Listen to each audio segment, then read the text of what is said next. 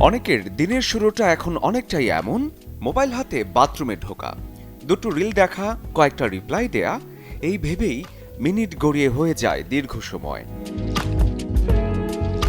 কিন্তু এই অভ্যাসের অগোচরে তৈরি হচ্ছে এক বড় সমস্যা। অতিরিক্ত সময় কমোডে বসে থাকায় হতে পারে কোষ্ঠকাঠিন্য, ফাইবারের অভাব কিংবা পায়োদারের প্রদাহজনিত সমস্যা।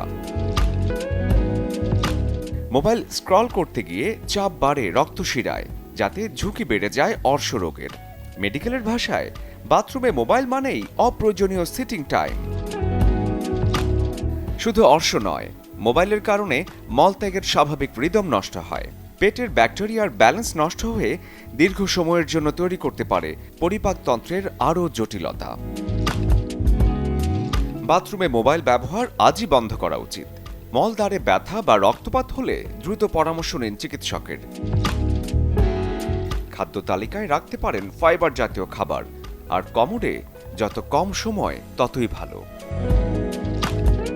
একটা ছোট্ট অভ্যাস বদলে বেঁচে যেতে পারেন রোগের বড় ঝুঁকি থেকে। শরীফুল হক, চ্যানেল 24।